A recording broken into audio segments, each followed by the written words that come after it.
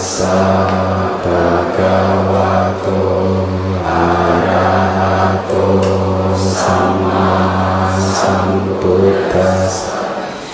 Namo tassa bhagavato arahato sama sambuddhassa.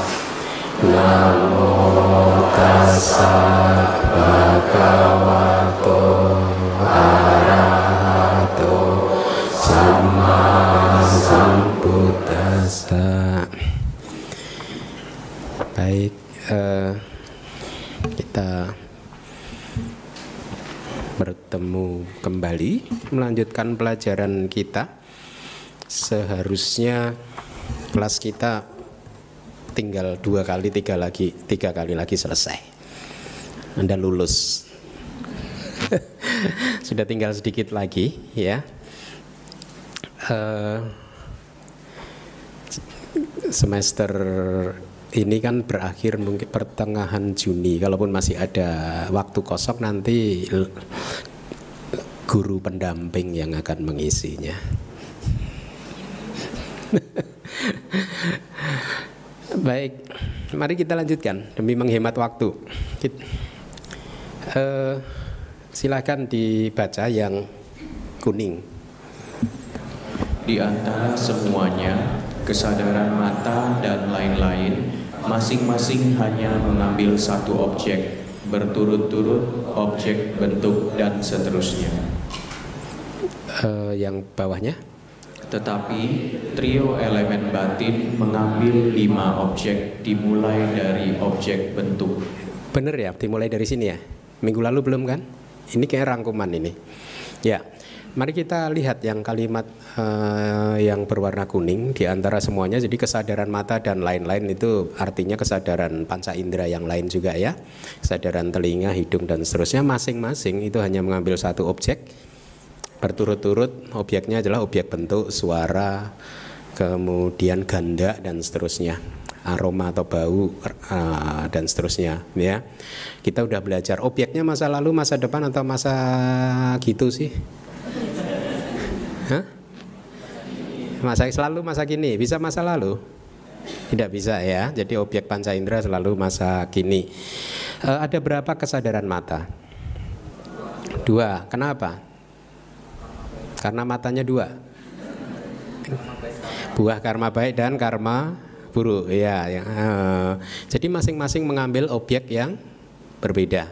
Kalau buah karma baik sedang berbuah lewat mata, berarti objeknya kategorinya apa? Menyenangkan.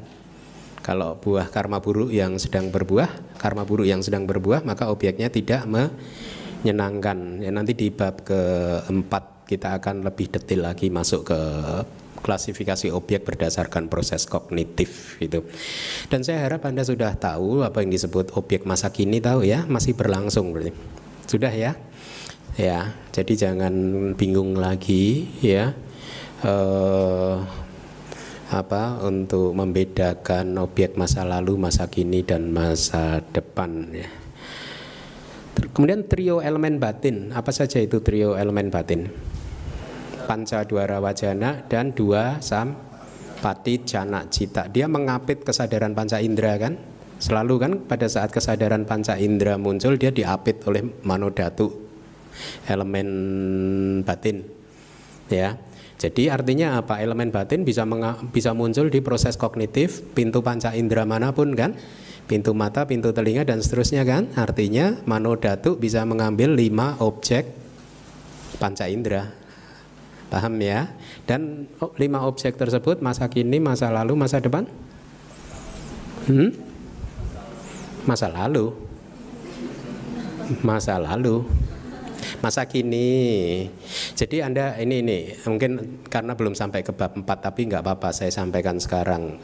Di dalam satu proses kognitif kan ada arus kesadaran muncul lenyap itu kan, dimulai dari tidak bawangga masa lalu, kemudian bawangga bergetar, dan bawangga yang memutus ya, terputus, kemudian pancadwara wajana, caku winyana, dan seterusnya. Itu kan itu satu rangkaian proses kognitif.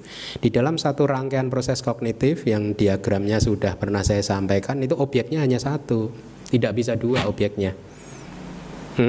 Jadi kalau proses kognitif pintu mata mengambil objek bentuk ya semua cita kecuali bawangga, dari pancadwara wajana sampai mungkin tadara mana mengambil objek bentuk, dan selalu juga masa kini gitu ya. Jadi mano dhatu trio elemen batin mengambil 5 objek dimulai dari objek bentuk. Artinya dimulai dari objek bentuk bukan berarti Anda memahaminya oh berarti mano dhatu habis mengambil objek bentuk kemudian mengambil suara, kemudian mengambil ganda, rasa dan seterusnya. Enggak.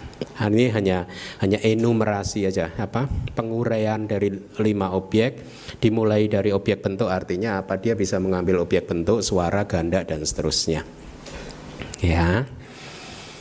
Ya, saya rasa sudah mudah sekali, seharusnya tidak usah saya ajarkan juga Anda udah. Mari dibaca lagi yang kuning. Resultan lingkup indrawi, sisanya dan kesadaran tersenyum selalu mengambil objek lingkup indriawi. Resultan lingkup indrawi sisanya. Berarti apa ini? Tadara mana nih? Dan kesadaran tersenyum selalu mengambil objek lingkup indrawi ya. Mari kita lihat dari kitab subkomentarnya Wibawinitika. Resultan lingkup indrawi sisanya itu yaitu 11 resultan lingkup indriawi sisanya, yaitu tadara mana kan ini ya. Kecuali sepasang kesadaran panca indera dan yang menerima, ini kalimat dari subkomentarnya itu dalam kurung udah saya ringkaskan, berarti 11 tadara mana. Kemudian 11 tadara mana dan 1 hasitu pada cita mengambil objek lingkup indriawi. Sangat mudah, lingkup indriawi itu para mata damanya atau realitas hakikinya adalah 54 cita lingkup indriawi kan. Cetasikanya yang bisa bergabung berapa? Semuanya bisa 52 dan 28 rupa, itu lingkup indriawi. Nibbana dan konsep tidak termasuk di dalam objek lingkup indriawi ya. Bahkan nanti di bab keempat Anda akan belajar tentang hukum tadara mana. Hukum tadara mana artinya tadara mana muncul itu sesuai hukumnya. Hukumnya ada 3 kalau enggak, berkaitan dengan makhluk yang ada di kamawacara bumi, kemudian objeknya juga objek kamawacara, jawananya juga jawana kamawacara, kamawacara jawana.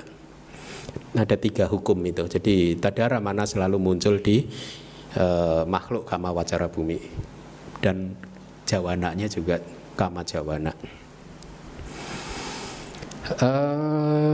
Yang berikutnya 12 akusala cita dan 8 kama wacara jawana nyana wipayuta. Jadi ada berapa itu? 8 kama wacara jawana nyana wipayuta. Berarti apa saja? Maha kusala nyana wipayuta 4 dan maha kiriya nyana wipayuta, mengambil semua objek kecuali lokutera cita dan nibbana. Nah, Anda cermati pelan-pelan ya. Itu kata lainnya objeknya apa? Lokia ya.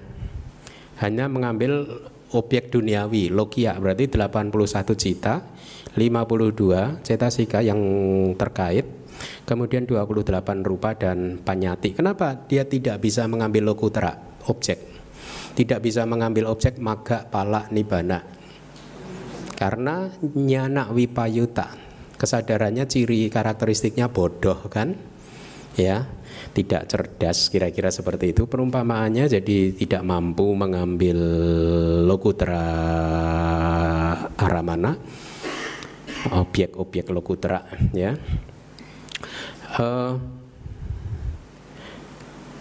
Jadi dengan kata lain, untuk bisa mengambil objek lokutera dan nibbana, maka pala dan nibbana, maka kalaupun mahakusala dia harus disertai dengan pengetahuan nyana sam payuta. Kalau mahakirianya juga harus mahakiriya yang nyana sam payuta. Mahakusala cita muncul di batin siapa? Bodhojana dan sekha. Ya, Pudojana itu orang yang belum tercerahkan, belum mencapai magga pala sama sekali, dan seka itu adalah seseorang yang masih harus berlatih lagi, artinya dia sudah mencapai magga pala tapi masih ada latihan yang harus diteruskan karena belum mencapai tingkat kesucian arahat. Non arahat berarti seka yang masih harus berlatih lagi, kira-kira gitu, yang masih harus berlatih artinya. Jadi dia merujuk kepada individu yang sudah Arya, sebenarnya sudah suci, sudah mulia, tetapi masih ada tugas yang belum selesai. Jadi ini merujuk kepada Sotapanna, Sakadagami, dan Anagami, ya. Batin atau kesadaran mereka belum Mahakirya. Mahakirya hanya muncul di batin Buddha dan Pacceka Buddha serta Arahat. Bagus. Ya, kesadaran tersenyum, yaitu kesadaran senyuman untuk siapa? Buddha dan Arahat, tetap Pacceka Buddha juga, ya. Muncul dengan 6 jenis objek terbatas, ya. Jadi pada saat situ pada cita muncul, karena dia ahituka cita kan, ya. Di dalam kitab sub komentar diberi contoh seorang arahat misalkan sedang bersuka cita melihat objek bentuk, objek mata yang cocok untuk bermeditasi. Jadi misalkan beliau masuk ke hutan, ketemu dengan hutan yang kondusif, quiet, hening, nggak banyak suara, jauh, tidak terlalu jauh ataupun terlalu dekat dengan penduduk desa, kemudian cuacanya juga tidak terlalu panas, tidak terlalu dingin, kemudian mudah untuk berpindah patah, ya. Terus ada juga sumber mata air. Nah, beliau tersenyum. Meskipun hutan sumber mata air itu panyati, tetapi yang di sini yang dilihat bukan panyatinya, bukan konsepnya, tetapi objek bentuk, ya, itu materi. Nanti di bab ke-6 Anda akan belajar tentang objek bentuk. Berbeda, objek bentuk itu bukan hutan. Objek bentuk adalah hasil perasan yang terakhir dari hutan tadi, ya, atau paramata dhammanya, realitas hakiki dari hutannya itu. Kalau dia sebagai objek mata maka disebut sebagai objek bentuk. Jadi pada saat melihat objek bentuk yang cocok untuk bermeditasi, beliau tersenyum. Pada saat itu Hasitu-pada muncul. Atau mendengar suara berisik di tempat yang memperdagangkan barang dagangan di pasar, beliau berbahagia bukan karena untuk merendahkan mereka, tetapi beliau merenung bahwa mereka yang sedang tertawa berisik seperti itu, ya, bercakap-cakap ke sana kemari, itu karena didorong oleh akusala cita. Ya, maka beliau merenungkan bahwa beliau sudah terbebas dari akusala cita dan beliau merasakan kebahagiaan tersebut, tersenyum simpul dengan Hasitu-pada cita. Atau beliau tersenyum bahagia mencium harum bau dupa pada saat melakukan persembahan di tempat pemujaan. Atau pada saat merasakan makanan yang enak, beliau tersenyum bahagia karena merasa telah membagikan makanannya kepada sesama biku temannya. Merasakan objek sentuhan, beliau tersenyum bahagia karena telah memenuhi kewajiban membersihkan pelataran. Jadi di dalam kitab komentar di Dhammasanggani diberi contoh, kita sebagai biku kalau tinggal di wihara, hutan atau di kota itu mempunyai tugas setiap pagi, setiap sore untuk menyapu halaman. Jadi pada saat kita arahat beliau sudah menyelesaikan tugas hariannya, kemudian pada saat mau mengembalikan sapu, tangannya menyentuh sapu dan beliau berbahagia merenungkan bahwa tugas sudah selesai, maka pada saat itu Hasitu-pada muncul. Yang terakhir tersenyum bahagia pada saat merenungkan kehidupan masa lampaunya, bahwa pada akhirnya beliau sudah berhasil untuk menyelesaikan tugasnya, yaitu menghancurkan asawa atau menghancurkan kotoran-kotoran batin, noda-noda batin. Ya, jadi itu contoh-contoh kemunculan Hasitu-pada pada batin arahat. Kalau Pudojana tersenyumnya dengan cita yang mana?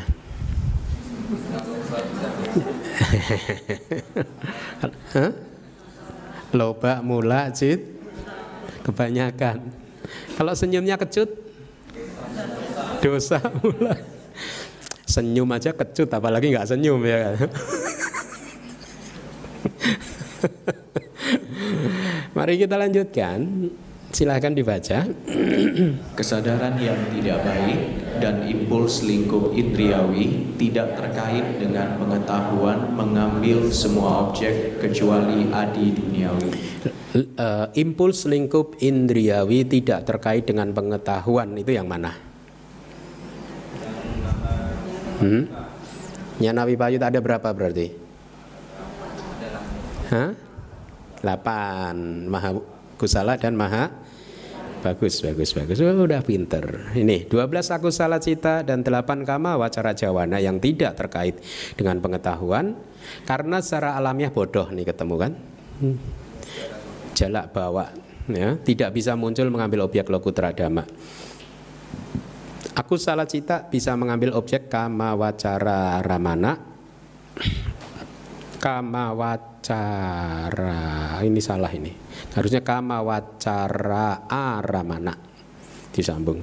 Mahagata ramana, panyatta ramana. Akusala cita bisa mengambil objek kama wacara ramana, mahagata ramana, panyatta ramana. Ya. Ada di tabel ini kan? Kalau Anda kesulitan di tabel yang sudah saya bagikan harusnya ada yang ada angka 20 cita, kemudian 6 cita, berapa lagi 25 cita gitu ya. Anda cermati, aku salah cita itu lihat. Dia tidak bisa hanya lokutra dhamma saja kan? Berarti aku salah cita bisa mengambil objek mahagata enggak? Bisa kan? Mengambil objek jana, kesadaran jana bisa enggak? Bisa kan? Contohnya bagaimana? Kok aku salah cita kok mengambil objeknya kesadaran jana? Bagaimana ini? Kesadaran jananya siapa? Dia. Jadi dia dulunya meditasi sudah pernah mencapai jana. Kemudian sudah saat ini berkali-kali sudah dicoba, dia gagal terus mencapai jana. Kemudian dia merenungkan, mengkilas balik pengalaman masa lalunya pada saat mencapai jana, masih ingat, dan dia mengingatnya dengan dosa mula cita, jengkel. Kenapa saya sekarang nggak bisa? Kira-kira seperti itu ya. 12 akusala cita juga termasuk kesadaran yang terkait dengan pandangan salah. Dia bisa mengambil juga objek-objek tersebut ya, pada saat dia melekatinya, menganggapnya jana itu adalah bersatu dengan alam semesta. Wah, ini kebahagiaan yang tertinggi, ini dia Tuhan dan seterusnya. Itu pandangan salah kan? Ya, jadi pada saat itu didik sampayutanya yang muncul. Mari kita lihat 8 kama wacara jawana yang tidak terkait dengan pengetahuan itu munculnya di batin putu jana dan seka. Oh, termasuk arahat karena ada mahakirya kan? Ya. Jadi arahat juga bisa muncul. Objeknya lingkup indriawi, parita dhamma. Misalkan muncul pada saat Anda merenungkan kemurahan hati. Kemarin pada saat perayaan Hari Waisak Anda berdana, kemudian hari ini Anda mengingatnya kembali, ya. Maka pada saat itu bisa jadi Anda mengingatnya dengan loba mula cita. Bisa enggak? Atau dengan dosa mula cita, aduh kemarin dananya kegedean ya, harusnya jangan gede-gede. Nah, menyesal. Kalau menyesal dengan apa? Mahakusala. Dosa mula kan. Aduh kemarin jagoan saya kalah. Nah, sedih.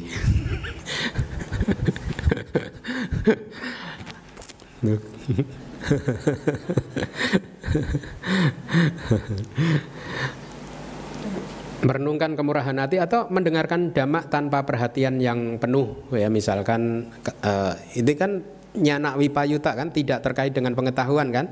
Anda saat ini sedang mendengarkan penjelasan saya tapi tidak memperhatikan secara penuh, pikirannya melamun ke sana sini, lari ke sana ke sini, udaca ya, udaca atau ragu-ragu, wicikica. Nah, kelihatannya aja mendengarkan dhamma, padahal yang mendengarkan aku salah cit. Statusnya di Facebook Mahakusala. Ya enggak, yang penting kan status gitu. Aslinya apa enggak penting, yang penting eksis.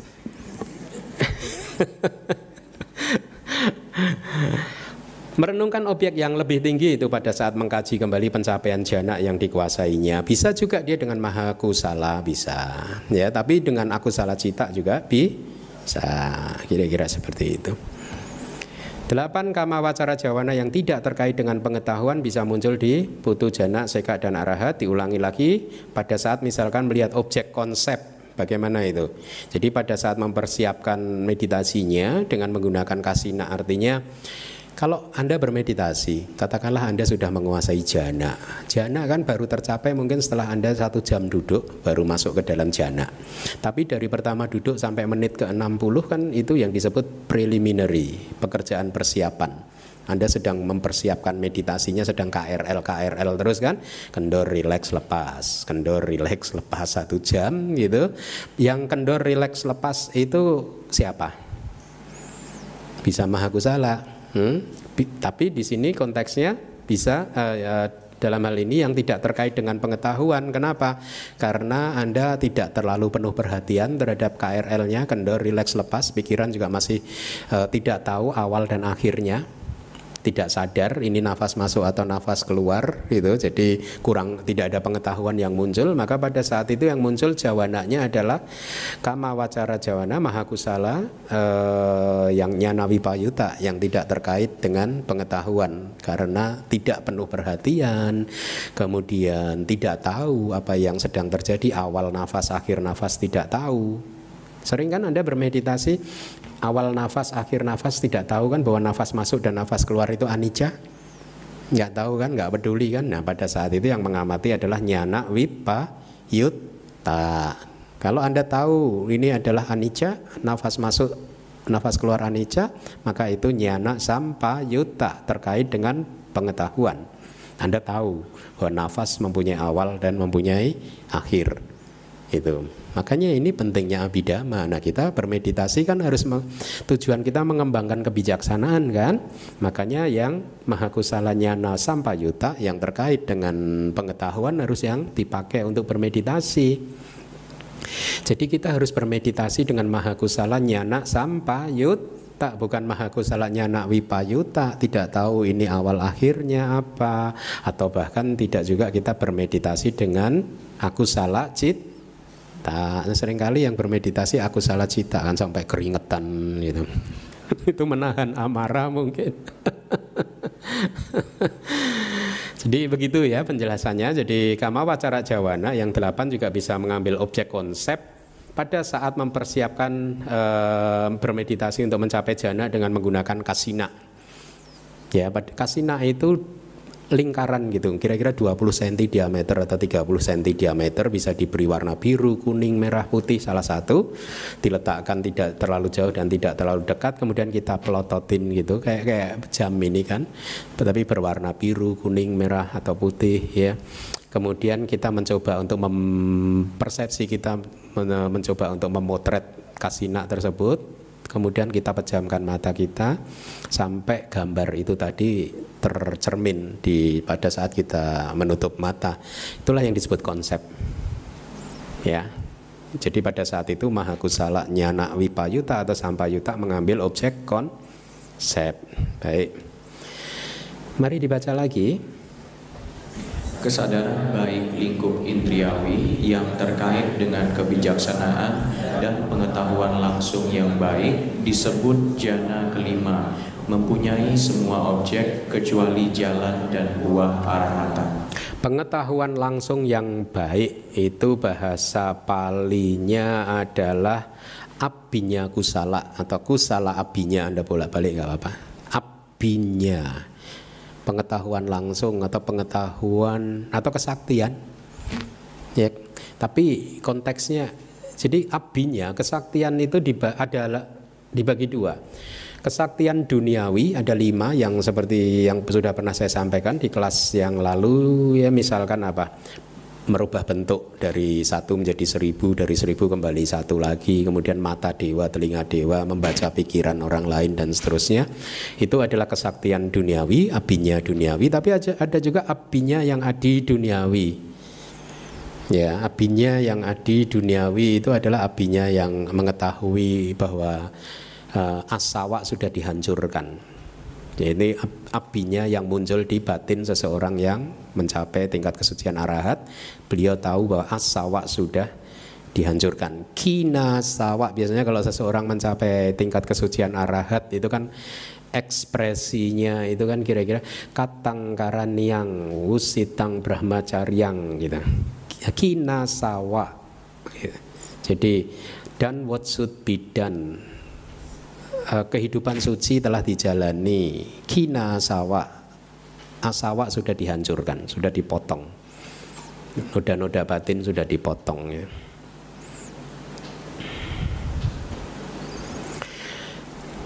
Jadi mari kita teliti lagi yang berwarna kuning. Kesadaran baik lingkup indriawi yang terkait, kali ini terkait dengan kebijaksanaan. Nyana sampayuta 4. Berarti ada berapa?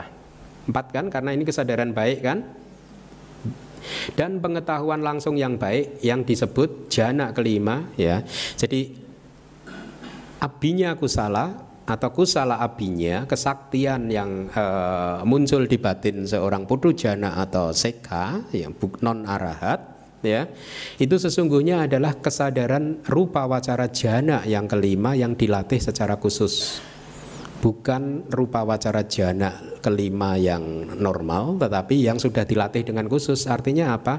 Untuk bisa mencapai abinya, yang bersangkutan harus menguasai semua jana dulu, 8 jana ya, dikuasai dengan latihan-latihan yang sedemikian rupa. Sangat rumit kalau di Wisuddhimagga itu misalkan pada saat dia sudah menguasai 8 jana ya, sudah master dalam semua jana, kemudian dia dilatih untuk mencapai jana berurutan, jana 1, 2, 3, 4 sampai 8 berturutan, kemudian mundur 8, 7 sampai ke jana 1, kemudian lompat 1, 3, 5 dan gitu, kira-kira begitu. 1, 3, 5, 7 gitu, 7, 5, 3 ini. Kemudian Witaka, Wicara, Piti, Sukha, Ekagata juga dilatih sedemikian rupa gitu. Jadi sulit sekali untuk mempunyai abinya, untuk mempunyai kesaktian seperti itu. Inilah mengapa biasanya guru-guru Buddhis tidak terlalu encourage murid-muridnya untuk menguasai abinya. Kenapa? Kita ini sempit sekali waktunya. Hidup di alam manusia ini sangat singkat sekali, sehingga kita tidak terlalu ingin membuang waktu untuk hal-hal yang tidak begitu bermanfaat.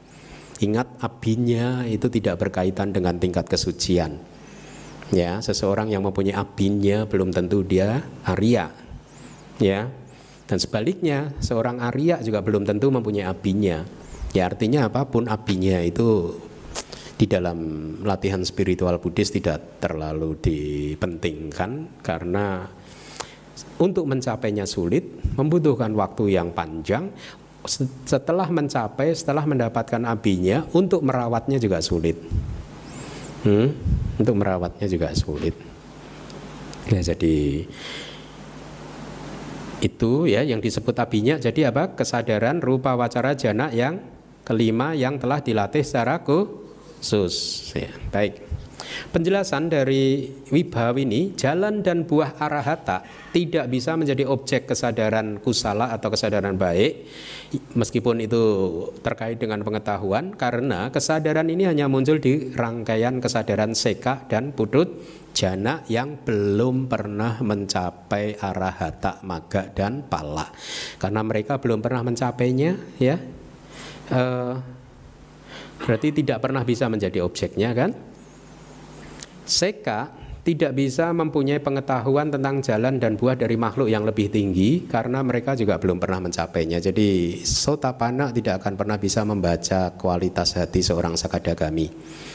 Putujana tidak akan pernah bisa mengukur, menilai kualitas batin seorang Sotapanna, Sakadagami, Anagami atau Arahat. Jadi mereka yang levelnya rendah tidak bisa membaca temannya yang levelnya lebih tinggi. Ya. Demikian pula halnya dengan putu jana yang tidak bisa mempunyai pengetahuan tentang jalan dan buah sotapati semata-mata karena itu levelnya lebih tinggi dan dia sendiri belum pernah mengalaminya.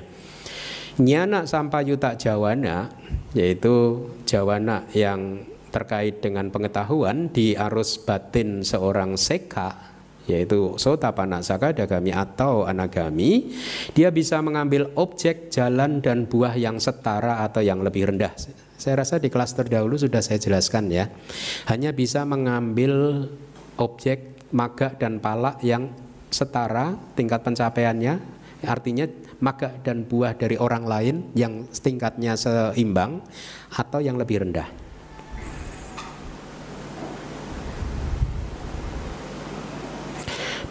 Nah, yang di bawah itu adalah contoh bagaimana jawana nyana sampayuta yang terkait dengan pengetahuan mengambil objek, magga dan pala.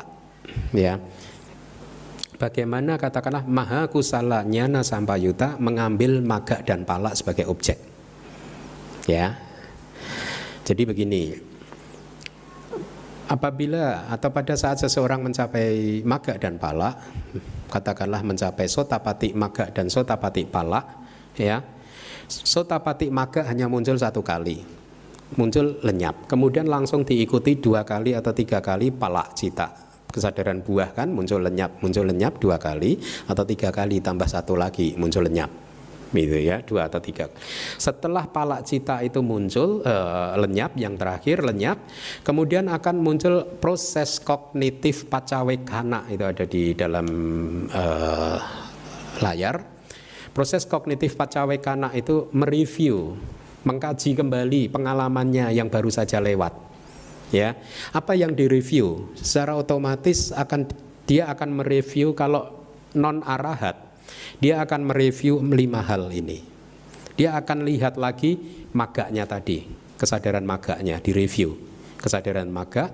Yang kedua, kesadaran palanya, buahnya direview lagi sama dia. Kemudian yang ketiga, nibbana yang baru saja dialami dia review lagi. Kemudian yang keempat, kilesa yang sudah dia hancurkan direview lagi. Yang kelima, kilesa yang belum dihancurkan dia review lagi. Jadi non arahat pada saat mencapai magga dan pala, sesaat kemudian muncul proses kognitif pengkajian kembali, pacawekana, proses kognitif atau pacawekana widi yang mengkaji kembali pencapaiannya. 5 hal tadi di review, dikaji ulang. Maka pala yang dia capai tadi, nibbana yang baru saja dia alami, kemudian kilesa yang sudah dia hancurkan dan kilesa yang belum dihancurkan. Nah, dari ini sekarang Anda tahu, kalau Anda mencapai sotapanna, Anda memerlukan orang lain untuk mendeklar enggak, untuk memastikan bahwa Anda sotapanna tidak? Tidak perlu kan? Anda sendiri tahu. Ya, karena Anda pada saat selesai pala cita lenyap akan muncul proses kognitif pacawekana, mereview ulang, mengkaji ulang, ya, dan Anda tahu Anda sudah mencapai tingkat kesucian apa. Anda tahu kilesa Anda yang sudah hancur yang mana. Anda tahu, Anda tidak membutuhkan guru untuk mengatakan kepada Anda, sakaya didik kamu sudah hancur. Makanya jawaban yang paling bagus kalau ada orang bertanya, misalkan Anda seorang guru meditasi gitu ya, misalkan Anda guru meditasi, kemudian murid Anda bertanya, kira-kira saya sudah mencapai sotapanna belum? Nah, jawaban yang paling bagus, lah menurut kamu? Ya makanya saya tanya, saya nggak tahu. Oh ya berarti belum.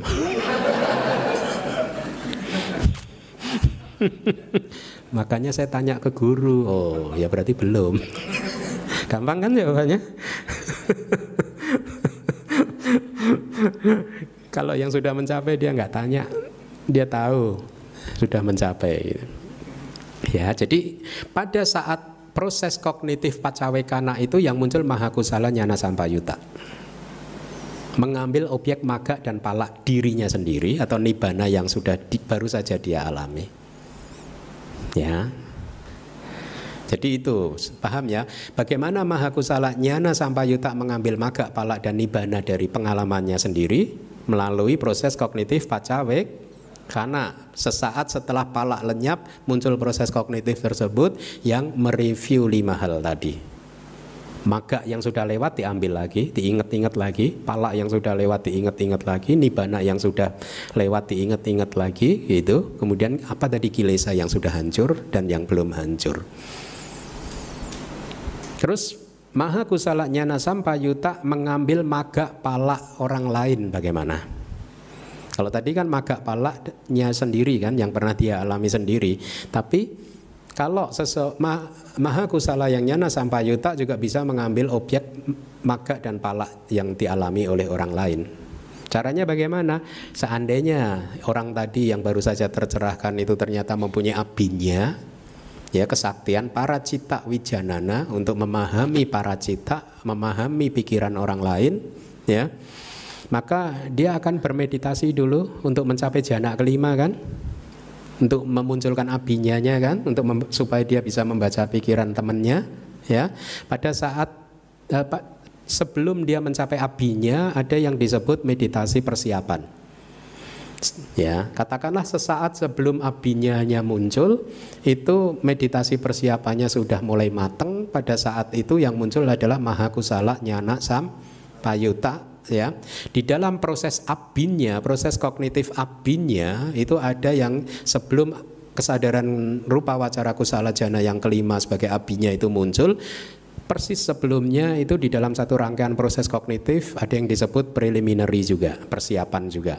Ya, sesaat sebelum abinya itu muncul yang disebut persiapan ini adalah yang muncul adalah maha kusala nyana sampayuta. Objeknya sama dengan objeknya abinya. Ya, jadi kalau abinyanya nanti akan mengambil maga dan palaknya orang lain yang sudah lewat, maka maha kusala nyana sampayuta yang persis sebelum kesadaran abinyanya muncul juga mengambil maga dan palak orang lain tersebut. Baik, jadi Anda tahu ya sekarang ada pacawekana witi, proses kognitif pacawekana dan persiapan awal sebelum abinya muncul ya. Dia mengambil objek maga, palak dan nibbana, baik itu dirinya sendiri atau juga orang lain.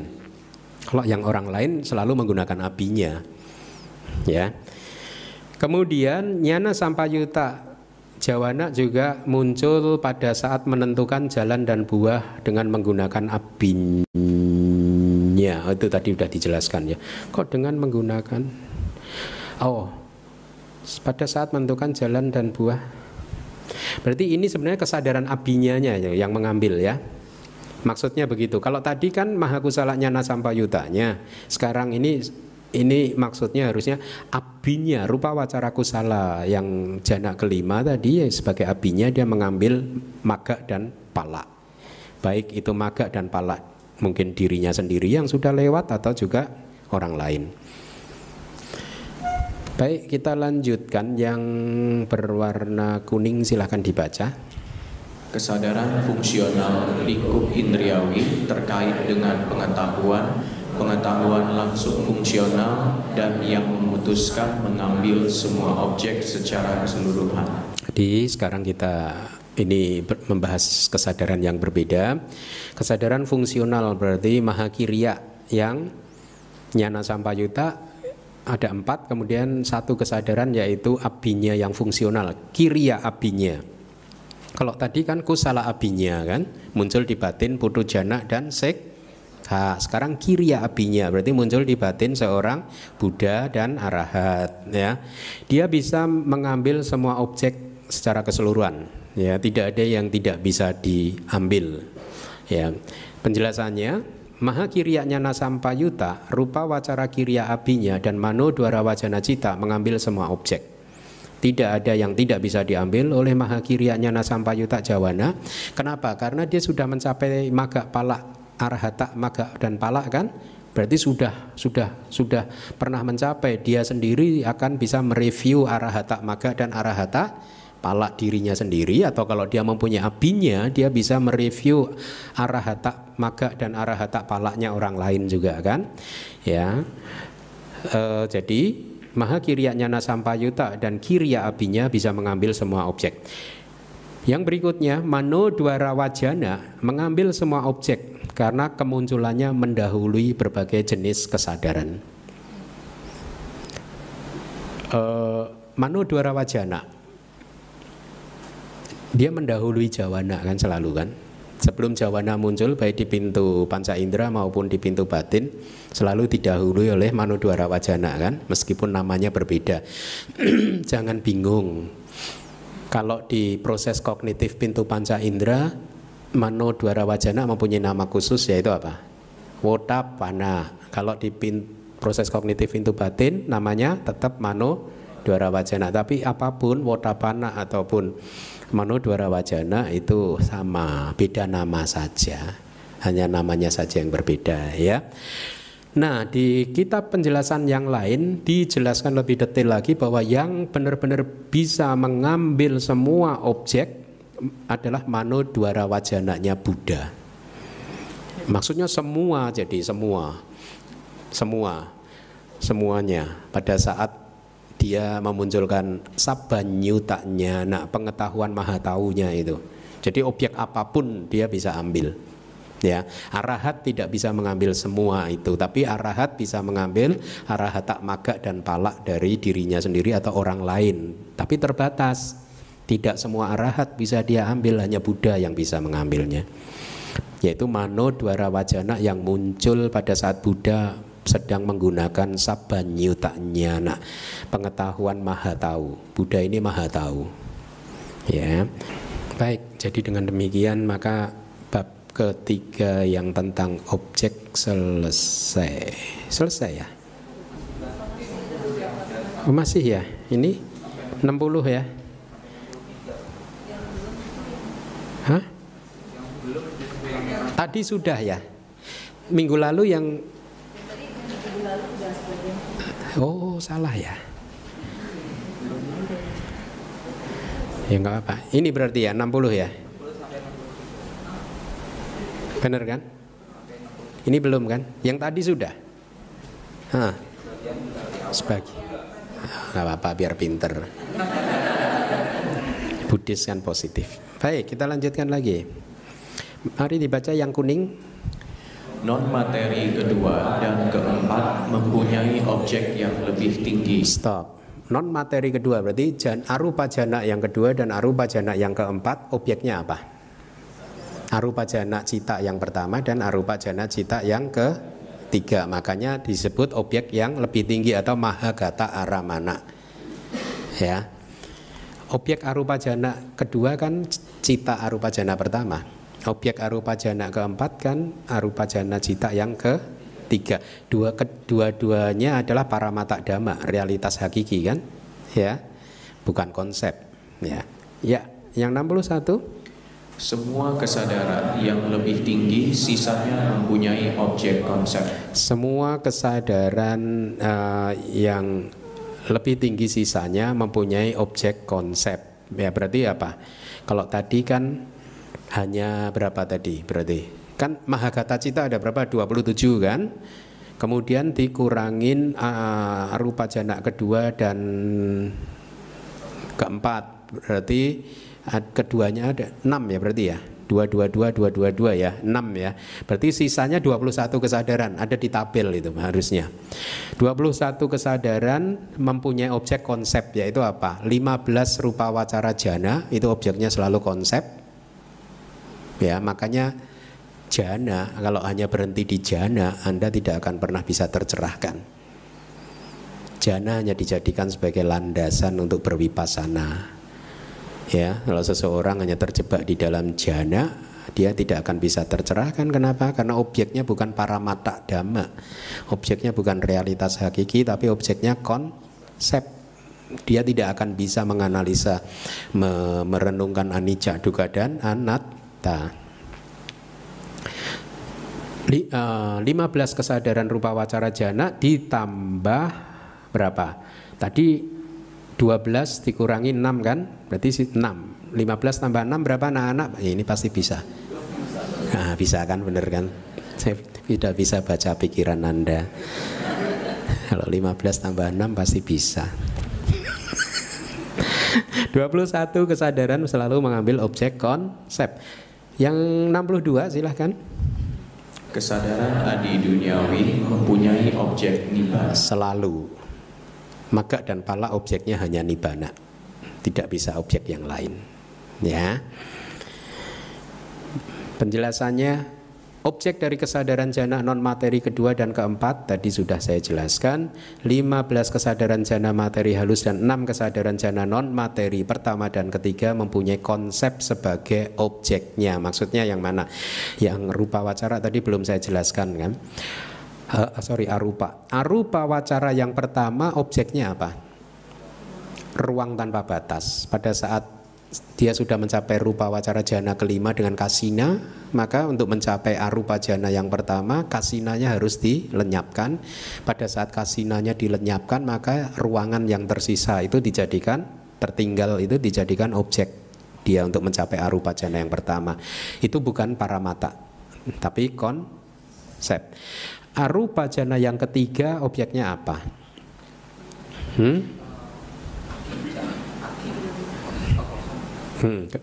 Kekosongan ya, ketiadaan apapun ya. Ya, ketiadaan apapun itu adalah lenyapnya kesadaran arupa jana yang pertama. Lenyap, itu konsep, bukan realitas hakiki, bukan paramata ya. Jadi begitu. Nanti di bab berikutnya seperti ini ada, ini hanya untuk tambahan informasi Anda saja. 28 objek konsep untuk kesadaran Mahagata ya. Nanti akan kita upload di apa? Atau kita bagikan di grup ya, supaya Anda hanya untuk pengetahuan. Nanti di bab-bab berikutnya akan kita bahas secara detail, khususnya di bab ke-9. Mungkin tahun 2025.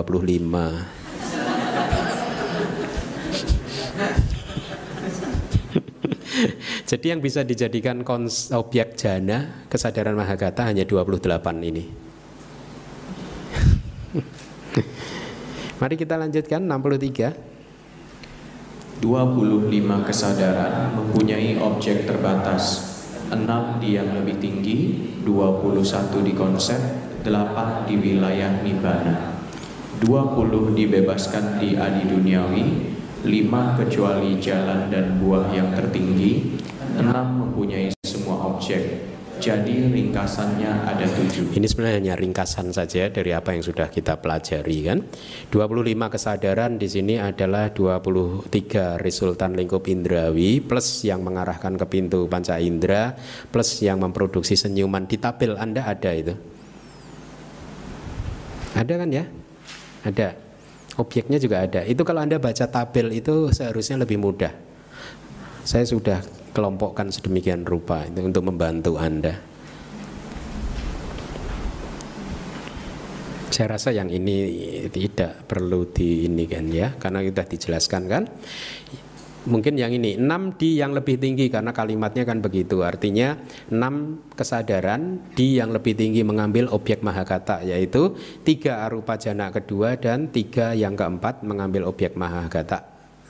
Ya, yaitu objek tersebut berturut-turut arupa jana ke-1, ke-3 dan cetasikanya. Sebenarnya kalau di Dhamma Sanggani, di kitab Abhidhamma yang pertama, nanti Anda akan diminta untuk juga menguraikan cetasikanya. Ini untuk pengetahuan tambahan. Kalau kita berbicara cita, kita selalu tidak bisa terpisah dari cetasika ya. 21 di konsep, artinya 21 kesadaran mengambil objek konsep, sudah kita jelaskan. 8 di wilayah Nibbana, 8 kesadaran lokutra adi duniawi mengambil Nibbana sebagai objek ya. 20 dibebaskan di adi duniawi, artinya 20 kesadaran bisa mengambil semua objek kecuali kesadaran adi duniawi. Ini ringkasan dari tadi. 5 kecuali jalan dan buah yang tertinggi, yaitu 4 maha kusala nyana sampayuta plus rupa kusala abinya bisa mengambil semua objek kecuali maga dan palak dari arahata. Itu yang dimaksud. 6 mempunyai semua objek, artinya 6 kesadaran bisa mengambil semua objek, yaitu 4 maha kirya nyana sampayuta, rupa kirya abinya plus mano dwara wajana cita ya. Tadi juga sudah saya sampaikan, berarti selesai. Tapi Mas, saya ingin kita masuk ke topik berikutnya. Makanya tadi saya agak cepat. Topik berikutnya adalah ikhtisar yang terakhir, yaitu tentang landasan.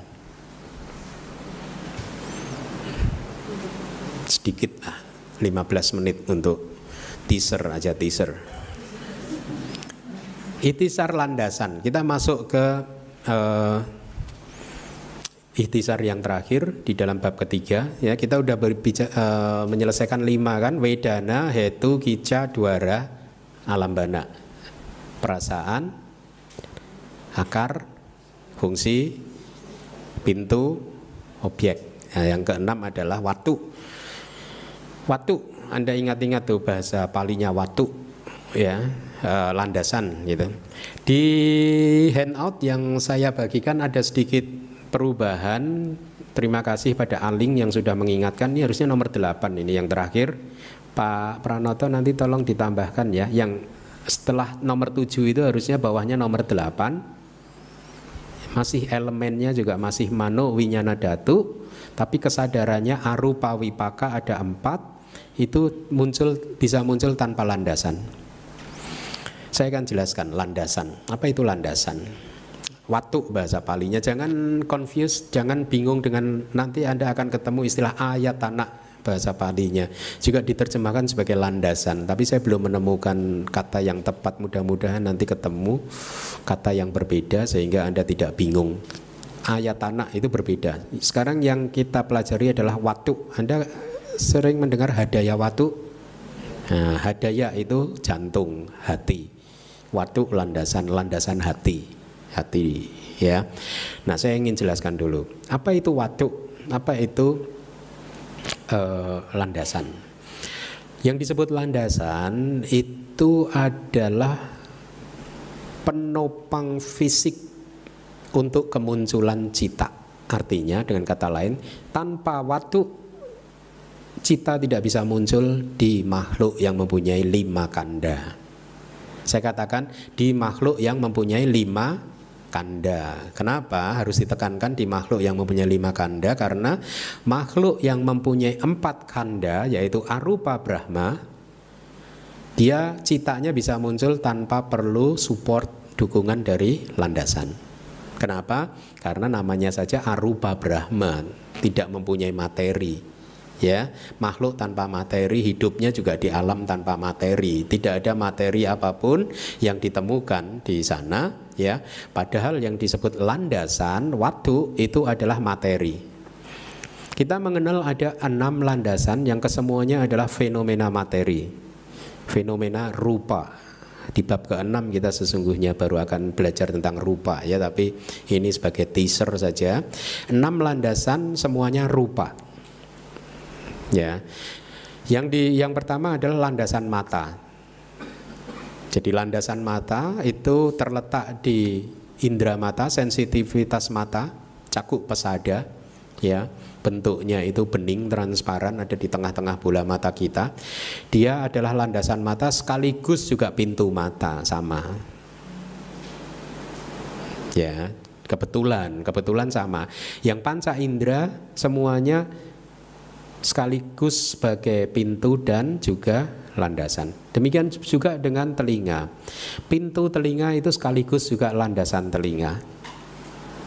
Pintu hidung juga sekaligus landasan hidung. Pintu lidah itu sekaligus landasan lidah. Pintu tubuh sekaligus landasan tubuh. Nah, apa yang membedakan pintu dan landasan? Ya, kalau di panca indera sama-sama materi, ya.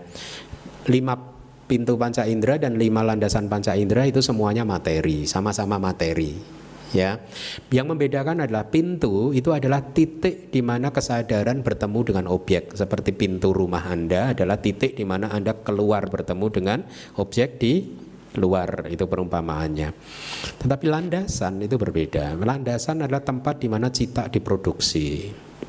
Landasan adalah titik di mana karena dukungan dari landasan tersebut maka cita muncul. Kebetulan kesadaran panca indera dia munculnya juga di pintunya sama dengan landasan. Kebetulan dia di pintu mata juga, landasan matanya juga di situ, ya. Tetapi pada saat kita berbicara tentang pintu batin yang ke-6, maka berbeda dengan landasan batin. Pintu batin itu apa? Kira-kira boleh nggak saya jawab sendiri itu ya? Boleh? Boleh nggak? Masih ya. Anda baik memberi kesempatan saya berbuat karma baik. Pintu batin adalah bawangga cita. Kan ada berapa bawangga cita? 19 bawangga cita ini adalah pintu batin. Bahasa Palinya apa?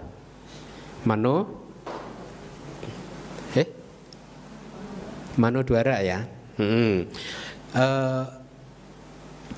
Jadi pintu batin itu fenomena mental atau fenomena materi? Fenomena mental. Nah, kalau pintu batin adalah fenomena mental, kemudian landasan batin itu adalah fenomena materi. Tadi saya katakan kan, 6 landasan semuanya adalah fenomena materi. Landasan batin itu bahasa Palinya Anda kenal akrab Hadayawatu. Ya. Nah, dia fenomena materi. Ini yang membedakan antara pintu dan landasan. Yang membedakan lagi seperti ini. Anda masih ingat nggak diagram proses kognitif pintu mata? Masih ya. Diagram proses kognitif pintu mata yang dimulai atida, bawangga, bawangga calana, bawangga upaceda, pancadwara wajana, caku winyana, sampadicana dan seterusnya. Masih ingat ya? Yang perumpamaan seorang makan buah mangga, masih ingat ya? Nah, di dalam proses kognitif tersebut, ya, pintu mata, semua cita yang aktif pancadwara wajana dan seterusnya itu muncul melalui pintu mata. Semuanya. Semua pancadwara wajana, caku winyana, sampadicana, santirana, wodapana, jawana, tadaramana, semuanya munculnya di pintu mata. Tetapi dari semua cita tadi hanya satu cita saja yang diproduksi oleh di landasan mata, yaitu kesadaran mata. Hanya kesadaran mata saja yang muncul karena didukung oleh landasan mata. Di situ dia munculnya, diproduksi, istilahnya muncul, titik kemunculannya di landasan mata. Cita selebihnya itu muncul karena disupport oleh Hadayawatu. Hadayawatu itu letaknya di jantung kita. Ada semacam lubang di mana darah keluar masuk, itu katanya Hadayawatu. Nanti saya kupas juga di slide-slide berikutnya. Jadi pancadwara wajana, sampadicana cita, santirana cita, wotapana, jawana, tadaramana itu muncul karena didukung oleh Hadayawatu di sini, kemudian menemui objeknya melalui pintu mata. Anda lihat kira-kira alirannya dari sini ke mata. Bukan dari mata ke hati, dari hati ke mata. Kebalikan. Ya. Nah, itu yang membedakan. Saya akan beri sedikit informasi untuk menggoda Anda supaya makin tertarik, terjebak pada perangkap abing. Anda lihat ya, di dalam proses kognitif pintu mata hanya ada satu kesadaran yang muncul melalui landasan, didukung oleh landasan mata. Yang lainnya didukung oleh Hadayawatu. Beda kan? Ya. Nah, kenapa sih kita harus berbicara sedetil ini? Kita berbicara sedetil ini supaya kita tidak terjebak pada pandangan salah. Kita pecah-pecah semua fenomena berdasarkan informasi yang ada di Abhidhamma ini kan, untuk merealisasi anatta, khususnya anatta. Ya. Karena ini bisa diverifikasi. Semua pengetahuan Abhidhamma bisa diverifikasi melalui meditasi Anda. Jadi ini bukan teori kosong. Kalau Anda sudah mencapai keadaan samadhi yang cukup kuat, Anda bisa memverifikasi ini semua. Ya. Nah, jadi di klasifikasi landasan Anda lihat itu yang paling kanan dulu ada 6 landasan ya, landasan mata, telinga, hidung, lidah, tubuh, hati. Ya, 6 atau tanpa landasan. Kemudian dari 89 cita atau 121 cita bisa kita kelompokkan menjadi 7 elemen. Yaitu caku winyana dhatu, elemen kesadaran mata. Para mata damanya atau kesadaran hakikinya adalah kesadaran mata 2. Dia munculnya di landasan mata. Lihat Ya. Kemudian yang nomor 2, sota winyana dhatu, elemen kesadaran telinga, ya. Paramata dhammanya atau realitas hakikinya adalah kesadaran telinga, jumlahnya ada 2, dia munculnya di landasan telinga. Ingat definisinya landasan tadi apa? Penopang fisik untuk kemunculan landasan, untuk kemunculan cita, kesadaran. Untuk makhluk yang mempunyai pancakanda, 5 agregat, dia membutuhkan penopang fisik supaya kesadaran ini bisa muncul. Dan yang menarik, kalau penopang fisiknya mulai lapuk, kesadarannya juga tidak akan bisa maksimal. Menarik ya? Contoh nih mata saya nih, saya harus pakai kacamata kan? Kenapa? Karena landasan mata saya sudah mulai lapuk.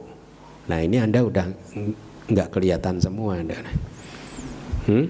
Udah blur semua gitu. Kenapa? Karena landasan mata saya sudah mulai lapuk, sehingga kualitas kesadaran mata saya juga lemah, menurun. Menarik kan? Rohnya yang mana rohnya? Hah? Yang Anda sebut roh mana sekarang? Kok rohnya kok tergantung pada mata? Berarti yang lebih hebat mata dong ya. Kalau percaya pada teori roh, mata lebih hebat.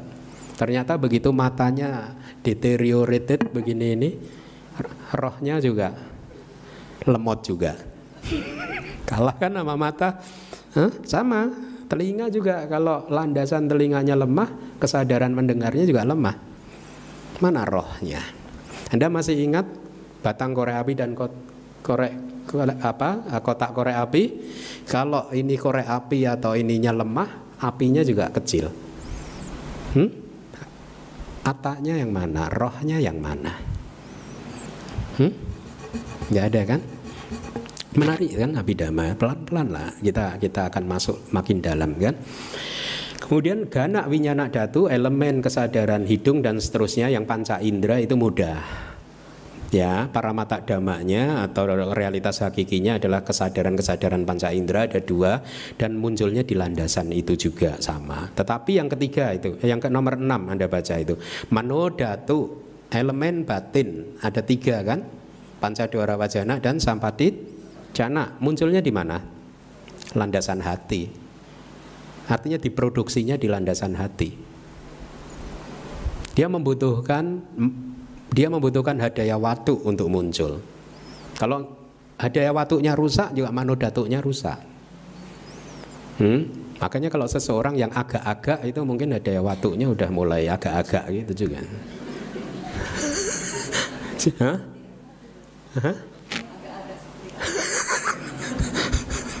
Maksudnya agak-agak itu tidak bisa berpikir normal, ya, sudah mulai pikun. Jadi mungkin supportnya udah mulai lemah juga. Ada kerusakan. Ada ya watunya, landasan hatinya, ya.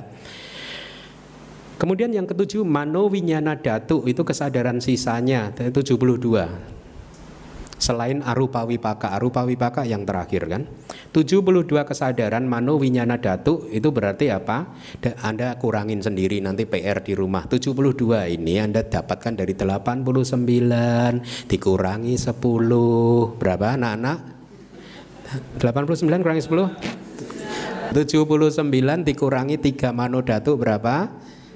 76 dikurangi 4 arupa wipaka cita berapa anak-anak? 72 cita tersebut muncul dengan membutuhkan dukungan hadaya watu. Sementara 4 arupa wacara cita membutuhkan apa? Tanpa landasan. Kenapa tanpa landasan? Karena dia hanya muncul di arupa wacara bumi, alam arupa wacara, dan di makhluk Brahma arupa. Tidak ada rupa sama sekali. Makanya dia bisa muncul tanpa membutuhkan support dari landasan. Karena landasan itu fenomena mental atau fenomena materi? Materi. Bagus. Cukup atau lanjut?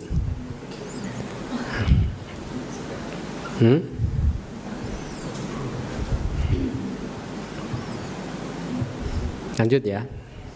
Seneng ya. Mulai menarik kan? Silakan dibaca. Itisar landasan terdapat 6 hal yang dinamakan landasan, yaitu mata, telinga, hidung, lidah, tubuh, dan landasan hati. Anda membacanya landasan mata gitu ya, memahaminya begitu ya. Karena palinya hanya gitu, caku, sota, gana, jiwa, kaya, hadaya, watu. Tapi karena ini satu kalimat harusnya membacanya ini artinya caku, watu, sota, watu, gana, watu, jiwa, watu, kaya, watu, hadaya, watu. Ya. Jadi ada 6 landasan. Penjelasan dari Wibawinidika, kitab subkomentarnya, ikhtisar landasan itu menjelaskan secara ringkas 6 landasan dan kesadaran-kesadaran yang muncul melalui landasan-landasan tersebut. Tadi sudah kan, kesadarannya juga sekilas sudah kita sampaikan kan, ya. Dan Anda harus ingat ya, tadi saya menekankan makhluk 5 kanda, ya. Di dalam makhluk yang mempunyai 5 agregat, maka 6 landasan ini penting. Tapi kalau makhluk 4 agregat, tidak. Dia tidak membutuhkan landasan apapun. Selanjutnya, semua landasan, silakan. Semua landasan tersebut juga diperoleh di alam kehidupan indriawi. Jadi di 11 alam lingkup indriawi, 4 alam apaya, alam manusia, dan 6 alam dewa, itu 6 landasan bisa ditemukan. Semua, ya. Nanti karena di rupa bumi beda lagi. Penjelasannya 6 landasan tersebut ditemukan di makhluk yang mempunyai indera lengkap nih catatannya nih. Karena ada makhluk-makhluk tertentu yang sejak lahir misalkan landasan matanya tidak muncul sehingga dia lahir buta. Buta itu sebenarnya kenapa? Karena kesadaran matanya sudah tidak bisa diproduksi lagi. Dia tidak bisa melihat. Kenapa? Karena tidak mendapat penopang fisik yang disebut landasan mata. Itu pengertiannya ya. Makanya inilah pentingnya kitab subkomentar. Kalau kita tidak paham kitab komentar dan subkomentar, maka kita lalu bagaimana menjelaskannya? Kita beropini. Makanya saya sebagai guru itu bersyukur karena saya hanya menyampaikan apa yang tertulis di kitab-kitab tersebut, sehingga saya sedikit mungkin menghindari opini kan, sebanyak mungkin maksud saya. Ya. Jadi 6 landasan ditemukan di makhluk yang mempunyai indera lengkap. Jadi Anda harus akurat seperti itu memahaminya ya. Ada kata juga di atas ya, sabanipi ya. Semua juga gitu. Kata juga di kalimat di atas mengindikasikan bahwa beberapa dari landasan dimungkinkan tidak eksis. Nah, itu seperti halnya orang yang buta, Anda dan tuli, badira. Ya. Dan lain-lain. Mari kita lanjutkan yang kuning, silahkan. Di dalam alam materi halus tidak terdapat 3 landasan yang dimulai dengan hidung. Nah, ini Anda hafalkan. Di rupa Brahma tidak terdapat 3 landasan. Dimulai dari hidung, berarti landasan hidung, landasan lidah, dan landasan tubuh. Mereka tidak mempunyai. Tapi Anda harus memahaminya, oh berarti rupa Brahma nggak punya hidung, Bante. Punya, cuman landasannya yang nggak ada. Hidungnya sih ada, kasihan lah kalau nggak ada juga. Hidungnya punya, ya, tapi karena landasannya tidak muncul, jadi hidungnya tidak bisa berfungsi. Kesadaran hidung tidak bisa muncul. Lidah juga punya, tapi landasan lidahnya nggak ada, ya. Jadi artinya apa? Kesadaran lidah tidak bisa muncul. Tubuh juga punya, tapi landasan tubuh yang tidak ada. Berarti artinya kesadaran tubuh tidak bisa muncul. Nggak ada. Ada kan di buku kesadaran, kenapa rupa diterjemahkan menjadi sesuatu yang kesakitan, fenomena yang kesakitan. Sakit karena panas dingin, ya. Kemudian digigit nyamuk, binatang kecil, kemudian berubah karena lapar haus, dan ada kan di buku kesadaran, ada itu, Anda buka lagi. Kemudian di kitab subkomentarnya dijelaskan kalau definisi rupa seperti itu, lalu bagaimana definisi rupa itu bisa dipakai untuk mendefinisikan rupa Brahma, Brahma materi halus, karena di sana nggak ada kesakitan. nggak ada panas dingin juga. Lalu definisinya jadi tidak ini. Nah, ada penjelasannya di buku yang pertama.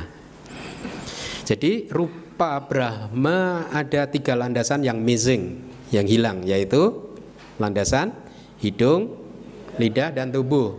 Mereka masih punya hidung. Diingat-ingat, jangan nanti kalau Anda diminta menggambar rupa Brahma hidungnya hilang gitu. Kan kata Bante Keminda nggak punya hidung, kan yang nggak ada landasannya. Hidungnya sih lengkap masih, ganteng-ganteng, cantik-cantik kok. Ya silakan, yang kuning. Bahkan di dalam alam non materi semua landasan tidak ada. Ya, jadi Anda ingat-ingat di 11 alam lingkup indrawi ada berapa landasan yang bisa ditemukan? 6, meskipun ada kasus-kasus khusus ya di makhluk-makhluk tertentu yang buta, tuli dan sebagainya kan. Di rupa Brahma ada berapa landasan? 3 apa saja?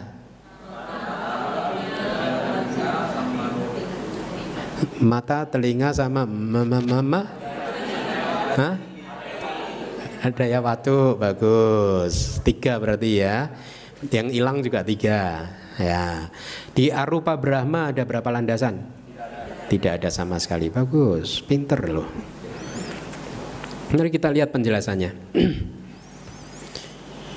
Para rupa Brahma ini saya tambahin sendiri rupanya karena di kalimat palinya dari Wibawininya itu hanya Brahmanang kama wiraga bhavana wasena ganda rasa potap besu wiratataya tapi wisaya tapi saya pesade supi wiraga bawatu.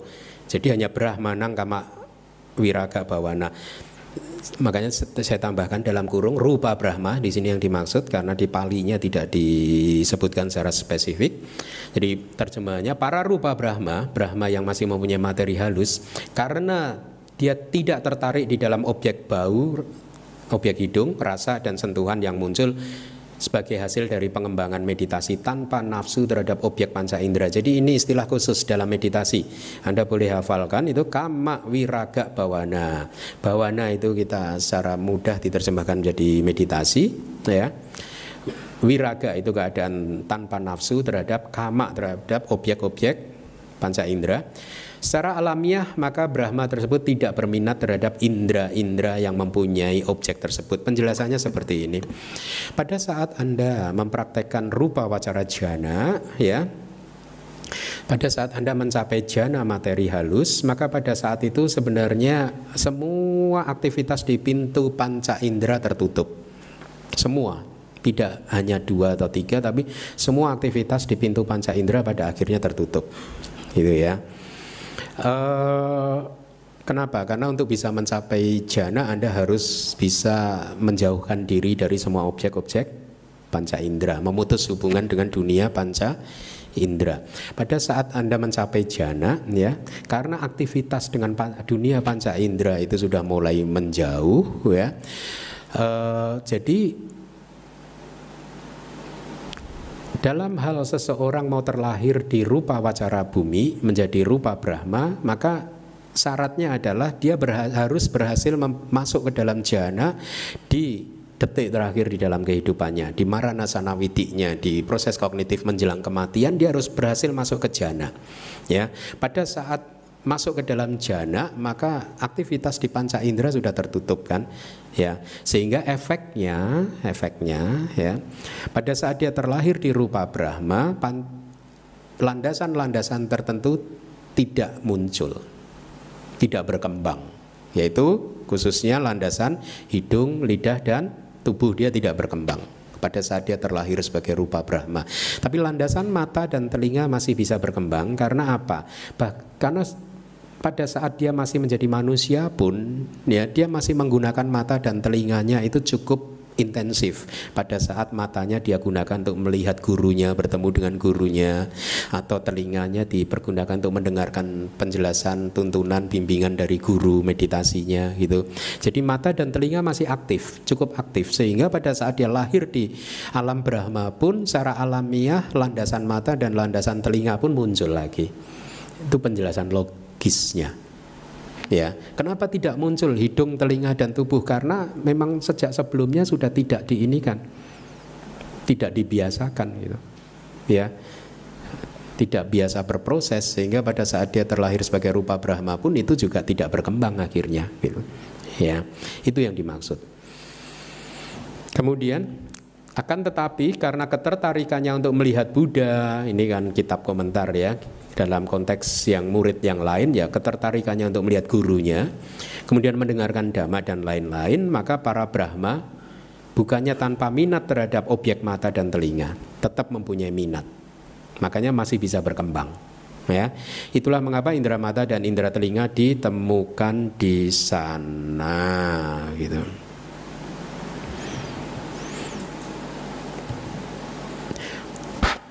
Bahkan di dalam alam non materi semua landasan tidak ada. Tadi dari Abhidhamma Sanggahanya penjelasan dari Wibawininya adalah semua jenis fenomena materi atau rupa sama sekali tidak ada, tidak ditemukan di alam non materi sebagai dampak dari kekuatan meditasi ketidaktertarikan kepada fenomena materi. Jadi Anda ketemu istilah lagi yaitu rupa wiraga bawana.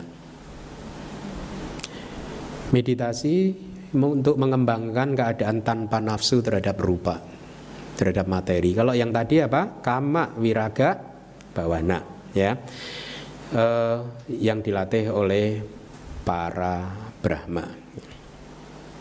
Saya rasa itu mudah. Saya ingin sampai ke ini. Silakan dibaca dulu yang kuning. Sehubungan dengan hal tersebut, 5 elemen keajaran eksis dengan senantiasa bersandar pada salah satu dari panca indera yang berkaitan sebagai landasannya. 5 elemen kesadaran itu apa? Elemen kesadaran mata, telinga, dan elemen kesadaran panca indera, ya. Dia eksis, ada, senantiasa bersandar pada salah satu dari panca indera yang berkaitan dengan sebagai landasannya. Artinya tadi elemen kesadaran mata bersandar pada landasan mata dan seterusnya. Itu sudah saya berikan juga. Lihat ini ada penjelasan dari Wibawinitika nih. 5 elemen kesadaran adalah 5 kesadaran indriawi panca winyana, disebut sebagai elemen karena kesadaran tersebut bukan makhluk dan bukan jiwa atau bukan roh. Nisata nijiwa, bukan sata, bukan jiwa, jiwa atau roh. Hanya elemen saja yang muncul karena melakukan fungsinya dan kemudian lenyap kembali. Setelah lenyap dia tidak bisa muncul lagi. Tidak pernah bisa muncul. Nama yang sama muncul tapi itu adalah fenomena yang baru. Itulah mengapa secara hakiki sebenarnya kita makhluk yang setiap detik sudah mati. Mati lahir lagi, mati lahir lagi, mati lahir lagi. Jadi kita ini setiap detik adalah makhluk yang baru. Kalau Anda dendam terhadap orang atau teman Anda dendam pada orang yang sudah mati sebenarnya. Hah? Rugi nggak? Orangnya udah mati Anda dendamin. Tapi dia masih hidup, udah orang baru itu dia. Berbeda. Mari kita lanjutkan. Silakan. Sementara itu, elemen batin yaitu yang mengarahkan ke pintu panca indera dan yang menerima eksis dengan senantiasa bersandar pada hati atau hadaya. Elemen batin itu manodhatu kan? Ada 3 kan, trio manodhatu ya. Elemen batin adalah elemen yang hanya semata-mata sadar. Ini dari Wibawini ya, definisinya sadar, menyadari objek ya, ini sangat teknis. Kemudian nah ini baru tadi sore tadi jam 5 saya harus menyampaikan ini kepada Anda tentang hadaya watu kan.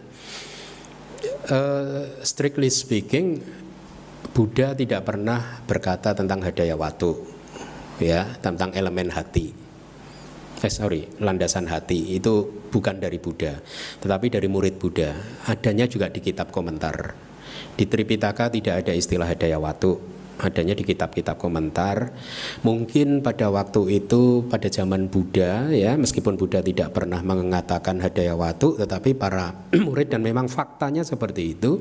Kalau bermeditasi memang sebagian besar kesadaran itu munculnya di hati, di daerah dada kita. Itu memang faktanya diproduksinya atau disupport kemunculannya di di daerah dada ya, maka istilah Hadaya Watu diterima secara menyeluruh oleh para murid Buddha sampai hari ini gitu ya. Nah, saya sampaikan kata-kata Buddha yang asli itu ada di sana. Yang rupang nisaya mano datu cak. Anda udah ketemu kan mano datu, mano winyana datu cak watanti. Tang rupang mano datu ya cak mano winyana datu ya cak tam sampayutta kananca damanang awigata pacayana pacayo. Itu dari Padhana, kitab terakhir dari Abhidhamma Pitaka ya.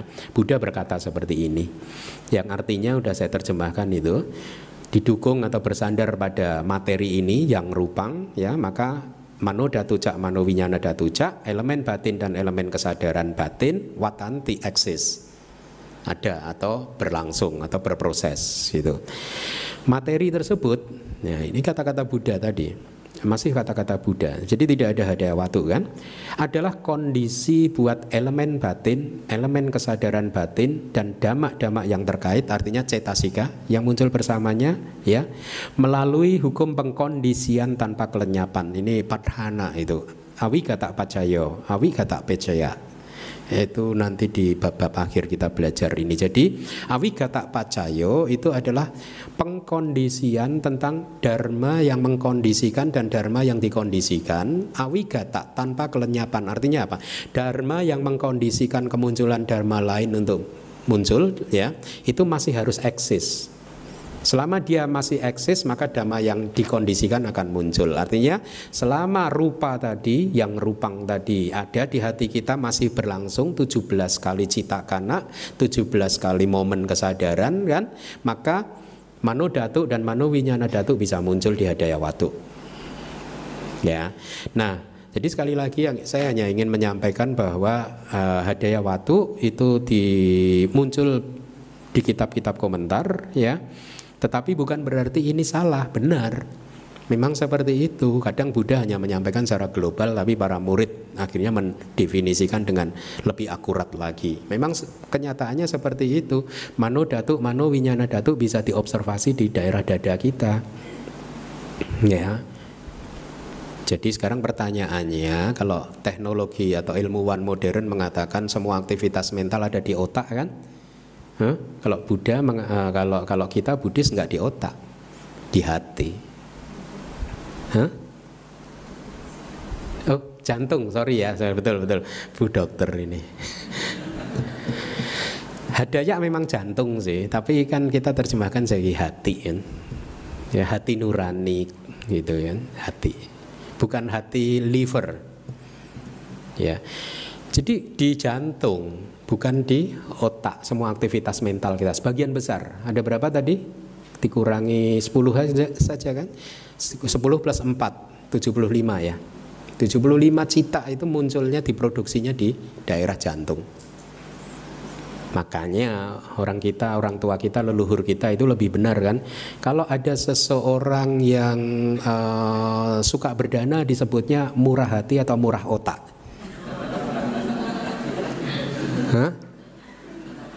Murah hati. Kalau seseorang yang penuh cinta kasih, suka menolong orang, disebutnya orang yang baik hati atau baik otak. Baik hati. Ya, intermezzonya seperti itu ya.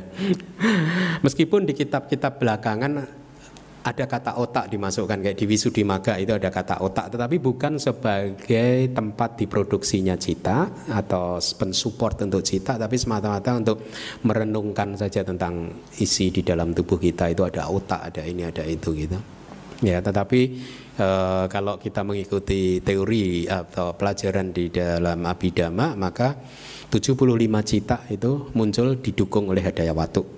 Aktivitas semuanya ada di sini. Makanya kalau Anda marah-marah, yang berdenyut-denyut dada Anda, bukan kepala Anda kan?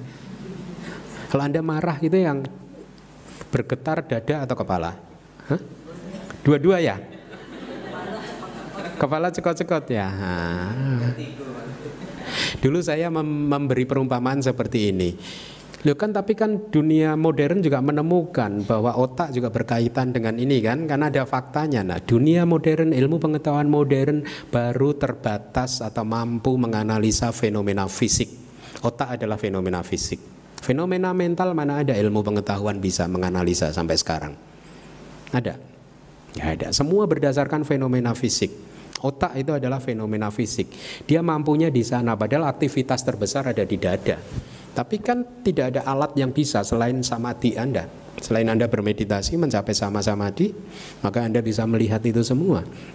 Nah, saya memberi contoh ini. Otak itu ibaratnya seperti layar komputer Anda, desktop, layar monitor, ya. Sementara jantung dan hadaya watu itu seperti CPU. Yang kelihatan di layar monitor, ya kan? Tapi pengendali prosesnya di mana? CPU. Ya mungkin alat-alat atau ilmu pengetahuan modern mendapatinya di otak ada apa sih, bisa dideteksi bahwa ada aktivitas berpikir dan lain sebagainya, katanya begitu. Tapi kalau menurut Abhidhamma ya adanya di hadaya watu. Ya. Tapi kenapa yang ini kelihatan? Ya itu tadi layar monitor tadi loh. Layar monitor desktop Anda itu, komputer Anda. Tapi kan bukan berarti aktivitasnya muncul dari layar itu kan, dari CPU-nya kan. Nah, CPU itu hadaya watu. Oke, saya rasa cukup sampai sekarang untuk teaser hari ini. Terima kasih.